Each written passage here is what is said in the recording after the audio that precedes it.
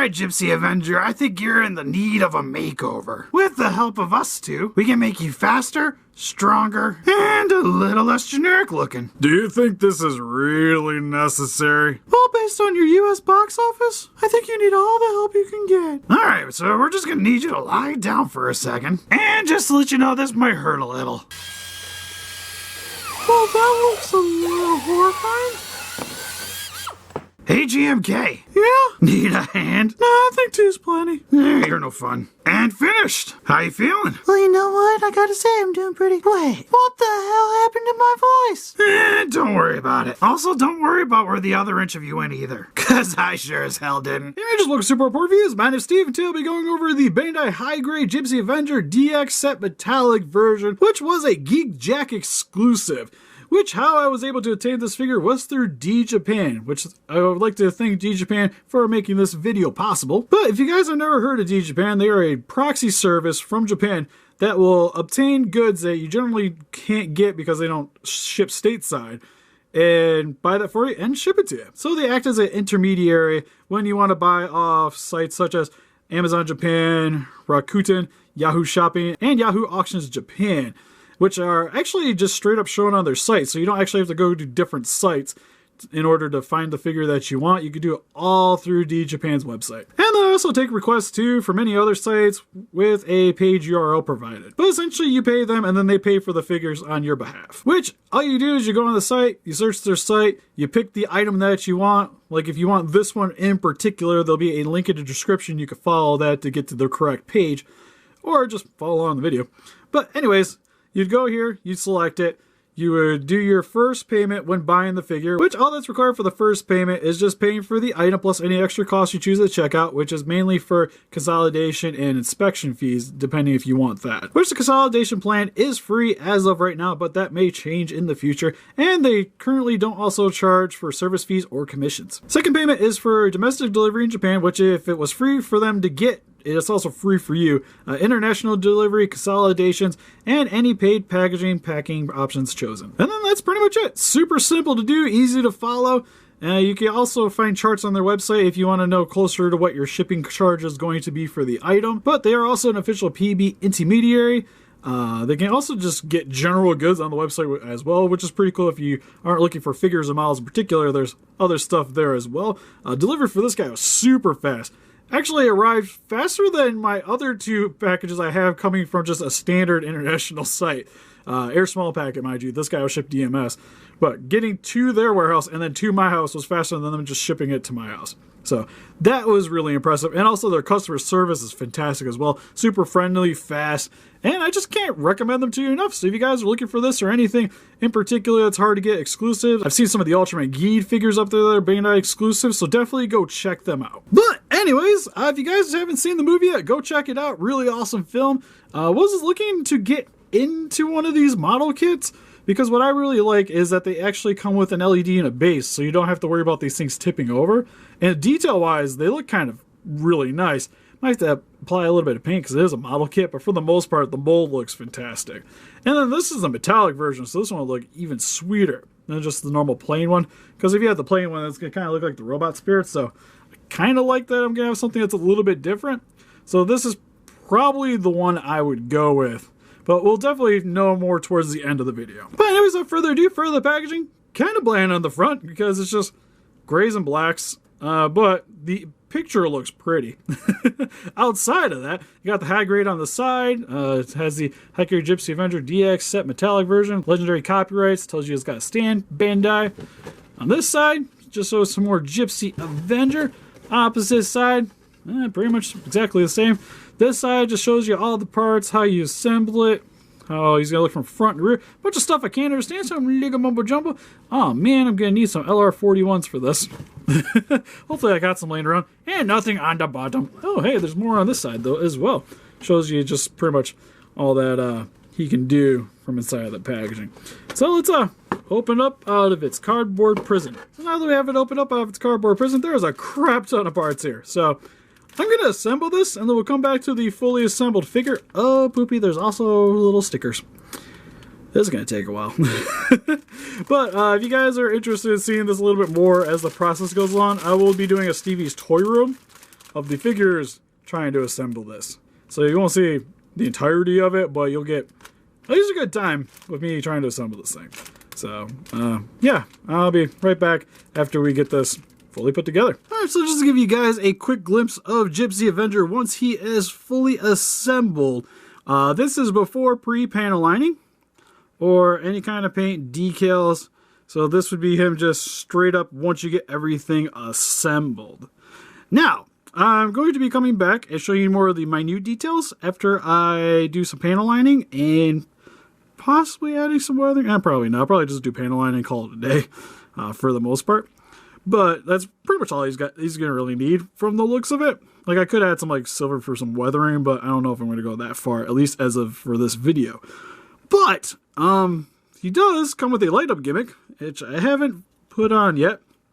And I actually kept his back kind of loose just so I could show you guys. But when you want to turn on the LED, you're going to have to pop off his back. So you can just kind of keep it loose if you want, if you're going to be turning it on and off frequently. Otherwise, you can pop it in all the way. It's not super hard to get out though. But he comes with a little battery pack, which this thing takes LR41s or Energizer's 392. But once you get that all in, you just slide this part to the right. Bam! Got a yellow LED. It's not super bright though right now, but we'll see once we get it inserted. Which I think it's supposed to be like that, so it lines up with everything. Looks like it. So once you pop that on, yeah, that's not too bad actually. Like when you have the LED sitting on the outside, it doesn't really have that bright of a glow, but once you get it behind the reflective plastic, it's pretty spiffy. Let's turn this off real quick so you guys can see the light. Illuminates pretty well. So we're gonna shut that light off for now. And I can always come back to turn that back on, but you just, when you're done, you just insert the back plate back on top. Just make sure it lines up with everything. But you guys can see with this armor plating, it definitely has a lot more line detail than what we've gotten with the Robot Spears versions or even the Diamond Slug version as well. That's the one thing I'm actually really impressed so far with this figure. Once you get it all assembled, is there's just way more intricate details in the armor plating. Like, you can especially tell even on the shoulder. There's a crap ton more going on. Same with the bicep. Arms, about the same, but still a lot of extra lining that you generally wouldn't see. So in terms of the armor plating, looks fantastic on this.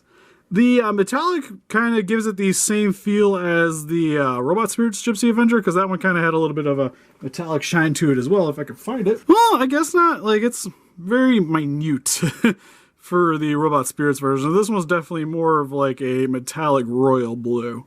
Well, this one's a little bit more of a standard. Also, you can kind of tell too that once you get the model kit put together, it's even smaller than the Robot Spirits version, which is actually kind of nice because it scales a little bit better, I think, with the SH Monsters figures. But what I'm going to do is come back, because since it's a model kit, we got to customize it a little bit just so we can get the full effect for the end. So I'm going to be doing the panel lining, and it also comes with slide stickers. And then I'll have to seal them up too afterwards so that the decals don't go sliding around. So this is going to be about a day process for me to get the rest of this stuff done. So well, I'll be back in like 3 seconds for this, but it'll probably be more like tomorrow morning to finish filming. Alright, so I'm back, and we finally have this guy fully assembled, fully painted, and all of his fancy decals on. So, as you guys can see, I did, focus, some panel linings going around each of pretty much any place that black would hold. So, around the edges of the armor to give it a little bit of little added weathering, and also just makes the armor stand out. You can see on the sides here where I added the panel lining. Same with under here. I kind of left it a little bit smudged just to give it more of that kind of weathered effect. So you'll notice over here there's a little bit. Same with on the helmet. I did the same thing there. Tops of the shoulder pads. And pretty much any place that I could get black to stick is where I put it. Like you can even see on the knuckles here. Added some panel linings there as well. see on the sides of the legs. And the main reason you do this is just to really make the figure stand out and pop. I wanted it to not be quite as clean, just to make it look a little bit more weathered and like this guy's been through a little bit. So how I got this effect was using technically this is a sketch marker. You just put the paint over top of it, gets it in the lines. You can do the same with a Gundam marker. And then you just use a eraser to erase off the excess black. And you kind of just keep doing it until you get it the way you want it to. And this is pretty much the end result of about an hour and a half of scrubbing with an eraser and going over each little individual parts. Because you can even see up here, all this stuff. Underneath here too, I even did it as well. So, once you get it fully done and everything's all painted up, you get the pinstripes on. As you can see, he's got some on the shoulders. You can see them on the arms, chest area here. The funny thing is, like, the head had none. You can see some more here on the shoulder pads, too, on the front sections. Calves, you get quite a bit of them, even on the inside. There's some pinstripes you got to put. Painting the butt ones were these ones on the back here, because you have to get it, like, flush against the gray here. So those ones are a pain in the butt. But you guys can see with a little bit added work, you could definitely make this guy freaking pop. One thing I do recommend is what I did for this is once you get all the decals on, you want to spray this with a clear lacquer over top of it. All this is going to do is just make sure that the decals, when you're coming into contact with your skin and the moisture from your skin, isn't going to lift off the decals. So you want to use, I used a matte finish and it gave it a little bit of a nice shine to it. And it makes it pop even better than what this metallic already originally did.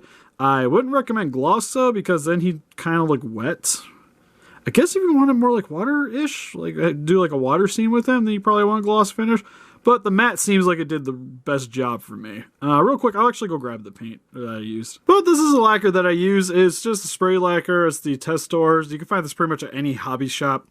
It's the clear coat version. You're going to want to use that over top just to make sure so when you're touching this, it's not going to start peeling. Which is the problem I had with this Kotobukiyo one that I did. Where if my finger came in contact with any of the decals, started sliding off, and then I did that, but one of my decals kind of just got ruined forever, which was sad. Didn't really want that to happen to this one. Which, sadly, doing this entire thing, I only lost one decal, which I'm very proud of myself for this one. I think it's this one. There's supposed to be a little red stripe here in between there. It's missing. You wouldn't really be able to tell. But these little accessories are the ones I did the least amount of panel lining on. Because I could have probably did some in there, but since I already assembled it, I just didn't really worry about it. Actually, this one I don't really think I did any, to be honest. But because it kind of looks pretty nice as it is, and I wasn't really planning on using this accessory anyways. Because this one, if you do want to use this one when you're going to be posing them, you're going to want to make sure to glue this into here, because this one pops off real easy for the gravity sling. So, this is what I definitely recommend you. This is the only piece that you're really going to need to apply some glue. Most everything else on this guy seems to hold up pretty well. He also comes with his plasma cannon, which you can see some of the added little pinstriping that I did to this one as well. Did I actually do any weathering on this one too? I don't think I did. Nope, just a little bit. I mainly did them around the cufflinks and stuff like that, but I kind of let the fingers and everything else alone. Because, again, I'm not sure if I'm actually going to pose this one with him. Maybe, though. Because what I was thinking about posing him with was the blades here. Because this one, I did a lot of panel lining for the sword, because I just kind of want to make it look a little bit more weathered. Underneath kind of went a little too crazy, I think. Still looks pretty good, though. Like, I'm happy with it. And then I did a little bit of panel lining for the arm here as well. And then finally you have the hand here, which I did quite a bit on the top section to give it a little bit more of that weathered look to it. But still turned out really nice too. And here's the stand, which I was talking about, is once I set that thing on, it was just like on forever. So it's slightly off center. I tried wetting it and sliding to see if I could get the slide back over, and it ain't having it. So, Still work. Not too upset with it. It's just, again, the stickers of this thing was like very hit and miss for me. So just to give you guys a heads up, I still gotta spray this with the lacquer. Just kind of try to make this look a little bit more even. But outside of that, once you get the stand set together, it actually doesn't move. How you actually move this is you slide the part you want to move, and then you put it back in. And you get 3 little notches inside the thing. So you'll see there's 3 notches here. And that's how you kind of just line it up the way you want. So if you want a little bit of bend, you put that one in. And then you pull this guy out. And do the same thing with this if you want it to bend a little bit. So now I can kind of have it at a little bit of an angle if I need it to be. But lining that back up. How you actually hook Gypsy to the stand is there's this little plate under here, which I also weathered as well. You just pop this guy out. Maybe. Probably shouldn't be making these noises when I'm trying to pull things out of his butt area. Yeah. I think it's because of the lacquer. Kind of made it a little thicker. But you pull that one out, and then this can insert in. Maybe. There you go. So now you can have them in poses if you really want to. Personally, I kind of like the flying sitting pose. Works pretty well for me. But that's how you essentially get him on the stand. I don't think I'm going to actually pose him with the stand.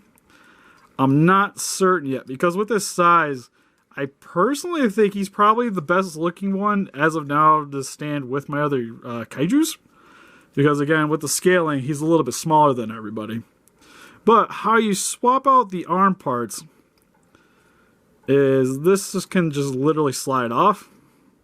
And you just have this little reticular peg, and it'll slide into that little joint there. So for this side, you have the blade arm. You can just make sure the arm's straight. Then you just slide it in. And what's nice too is that pretty much everything comes off pretty easy, but it's pretty sturdy too. You get a little bit of articulation there, and once you get it hooked on, it stays on pretty well, and you still get articulation-wise pretty much the same as what you get with the robot spirits. For his articulation, his head can look a little bit to the left, a little bit to the right, and go a little bit up and down. Arm can go up about that far, down about that far, can rotate all the way around. It's on a ball joint on the shoulder, so you get a lot of wiggle there as well. And a little bit of rotation here at the upper part of the bicep. Elbow, nice double joint, so you get a really nice bend there as well. Hand, I'll show you on this side, can rotate all the way around, a little bit forward and back. For his chest, can go back about that far, forwards about that far. Nice side to side. Really nice rotation there as well. For his legs, can go outwards about that far, inwards about that far, forward about that far, backwards about that far. A little bit of a rotation at the top part of the thigh. Knees can bend about that far, straighten about that far. Feet can go forward and back, and side to side, and a little bit of a pivot as well. And then just finally, just show you guys with the light on real quick. Looks pretty spiffy if I do say so myself. But real quick, if you guys let me know in the comment section below if you guys think the pinstriping turned out pretty good, or if I overkilled it, let me know down in the comment section. Or if you guys have any little tips and tricks you want to share yourself. And for quick comparisons, here we have the Bandai high grade model Gipsy Avenger metallic version compared next to some other Gipsy Avengers with the Diamond Select and the Robot Spirits versions. You can kind of see that each one you get kind of upticks on each other in terms of scaling, but in terms of the amount of detailing in the armor, kind of goes the other way around. Hey, here is with some more Robot Spirit specific from Uprising figures with Obsidian Fury and Guardian Bravo. And here's some more Diamond Select Pacific Rim Uprising figures with Bracer Phoenix, keep on calling him Titan Redeemer, and Saber Athena. And here's some more random Pacific Rim figures with the Sophie Spirits Raijin and the Soul Shogoken Gipsy Avenger. And here's some Mystery Monsters figures with the Shin Godzilla original release and GMK Godzilla. And here is some random NECA Pacific Rim figures with the Flying Otachi, who is super dusty right now, and Rubber Baby Otachi. So overall, with the Bandai High Grade Gipsy Avenger DX set metallic version, I think this is a really awesome model kit. I think in terms of the mold, they did a fantastic job.